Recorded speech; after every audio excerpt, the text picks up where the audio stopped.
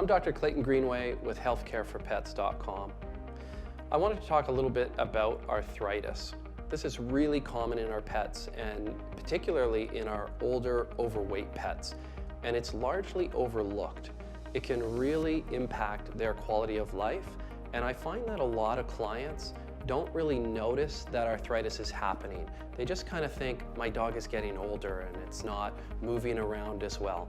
And it's very common in cats, and it's rare for clients to really notice that arthritis is a problem. The first thing I really want you to think about, and this is very important, is that any lameness whatsoever in your cat or dog means that they're uncomfortable. It means that there's inflammation in a joint.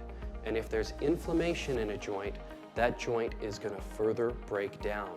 If those waves of inflammation are coming, you're going to have something called degenerative joint disease, and it's going to get worse over time. So what's really important is you manage these 4 key factors to prevent any sort of lameness or stiffness that your dog or cat is showing so that you don't progress degenerative joint disease. The first one is exercise. This is mostly related to our dogs. Dogs, when we own them, we want them to run around. We think they should run around everywhere. And as they get older, you'll still throw that ball so many times. I really want you to consider controlling their exercise, doing the level of exercise that's appropriate so that they don't come up lame or stiff the next day. For instance, my dad had a border collie. He lived down in the beaches, and one day the dog just wouldn't go up the steps anymore. So I asked him what he was doing, and he would walk along the boardwalk, but he would kick a ball probably 50 or 60 times, and the dog would cover about 10 times the distance he would. So I told him, kick it once or twice, and then put the dog on a leash and walk the rest of the day. A day or two later, the dog was bounding up the steps again. So being aware that your dog is getting older and controlling its exercise is very important to prevent that flare-up, that inflammation of arthritis. The second thing to make sure of is that your dog or cat is an ideal weight. I can't stress enough that if they're overweight, it's really going to make them prone to arthritis. I really encourage you to take a look at our weight management tool and use it so that you get your pet to an ideal weight. By managing this, you'll prevent arthritis. I've also seen some animals that have lameness, and once their weight comes down, it disappears, that they can manage it on that level of weight. Keep in mind as well, the heavier your cat or dog is, the higher the dose of medication they're going to need to control that arthritis. And it's going to start to get very expensive. So make sure they're a healthy weight, and that will help prevent these problems as well. The third thing to consider to prevent lameness, inflammation related to arthritis is prescription medication. Now, what a lot of vets will prescribe, and I've done it many times, is a non-steroidal anti-inflammatory, what we call an NSAID.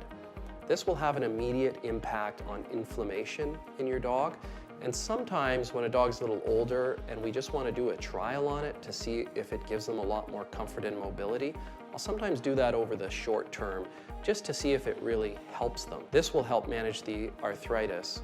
What's really important is that these drugs, they're also a little bit costly, but they're a little hard on the body as well. They'll have a number of side effects that you can ask your veterinarian about, so it's really good to do some blood work before you start using medication like that. The other thing is, and this is less well used, but I think is really effective, is there's some other drugs you can use other than non-steroidal anti-inflammatories that are cheaper and they're healthier for your pet. There's something called polysulfated glycoaminoglycans. And what this does is it gets into the joint and it can decrease inflammation, and they can have a series of injections, and they can respond to those injections and not need any medication for months.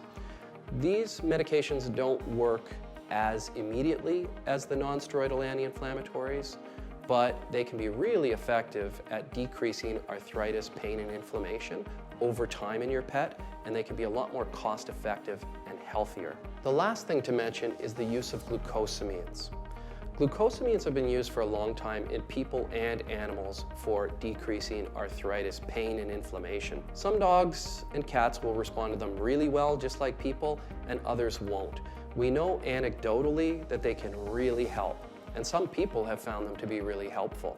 A lot of my clients have gone to health food stores and gotten a human glucosamine product and given that to their dogs. That sometimes works, and I used to tell people to do that. But then I once read a study that said the human products tend to have a lot more variability in each unit of glucosamine, and that doesn't work very well for animals. This really frustrated me because I used to tell people to do that. So I made the decision to start recommending the veterinary products. And it was difficult for me because the veterinary products are much more expensive. But I committed to doing that. Once I did that, people were coming back to me saying they definitely see a difference. And I wasn't seeing that as routinely with the human products. So it turns out that study was pretty accurate. I think you can still do that if you're looking at a cost-effective way of giving them glucosamines, but getting a veterinary product is something I really recommend. The other thing is glucosamines come in a couple different categories to consider. There's all natural products that have sources of glucosamine that naturally occur in nature, and then there's chemical products where it's actually gonna say the number of milligrams of glucosamine. And then there's a third product that has both of those. You want to look at these. I like to lean towards the natural products, but every dog and cat is going to be different and they'll respond to things differently. So you can try these different products and see what works best in your pet. So by managing these 4 things, again, it's critical that you use these 4 things in combination to make sure that your pet does not have any inflammation in their joints, that they're having no lameness and no recurrences of lameness. Because every time that happens, there's inflammation in the joint and it further breaks it down. So what I really want you to do is watch your pet carefully and make sure they're not exhibiting some of these signs. Be aware if they do. Don't pass it off as your pet just getting older, because they could be uncomfortable. And some of these things I discuss can really alleviate that. In fact, there are some clients that have come to me and I've identified that their dogs have arthritis or their cats have arthritis, and they really didn't think so. Then when I started to medicate them, they noticed a huge difference in their pets. They'd say things like they have a new lease on life. That makes me feel great when I'm able to do that.